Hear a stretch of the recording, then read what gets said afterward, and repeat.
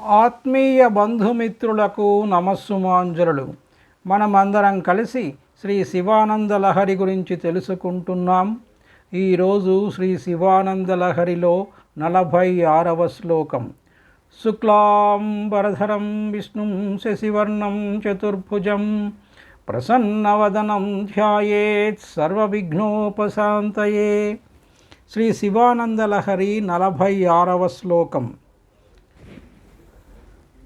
ఆకీర్ణే నఖరాజికాంతి విభవైర్ ఉద్యుత్సుధావైభవై రాధౌ తేపి చ పద్మరాగలలితే హంసవజ్రైరాశ్రితే నిత్యం భక్తివధూగణైశ్చర్ అహసి స్వేచ్ఛావిహారం కురు స్థిత్వా మానసరాజహంస గిరిజానాథాంగ్రి సౌధాంతరే.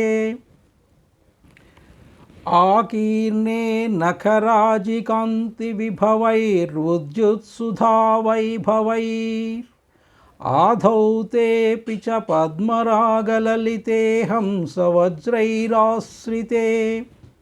నిత్యం భక్తివధూగణైశ్చర్ అహసి స్వేచ్ఛావిహారం కురు స్థిత్వా మానసరాజహంస గిరిజానాథాంగ్రి సౌధాంతరే.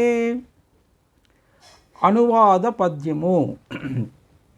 గోటి వరస యొక్క మేటి కాంతులతోడ సాటిలేని ప్రభలు చాటునట్టి వృద్ధి పొందుచునుండు విధుసుధాంశువులతో నిండి స్వచ్ఛముగా నుండునట్టి పద్మరాగ ప్రభావైభవములతోడ పరమహంసాశ్రితావర్ణమైన శైలజాపతి పాద సౌధాంతరమ్మునందు అతి రహస్యముగా ఆడుకొనుచు భక్తియను భార్యతో గూడి యుక్త విధిని ఇష్ట సంచారమును చేయు ఎల్లవేళ చిత్రమైనట్టి నాలోని చిత్తమనడి హంసరాజమా నీవట్టి హర్మ్యమందు.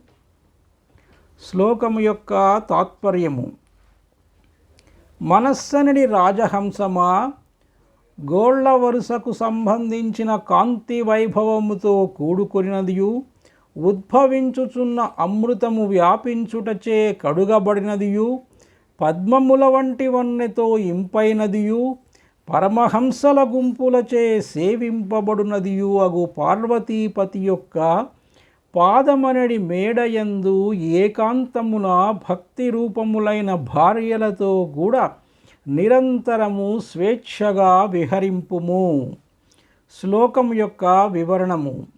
ఈసారి శివుని పాదార విందాలను ఒక దివ్య సౌధంగా వర్ణించి మనస్సు అనే రాజహంసను ఆ సౌధాన్ని ఆశ్రయించుకొని నిరంతరం స్వేచ్ఛగా విహరించమని సలహా ఇస్తున్నారు శంకరుల వారు.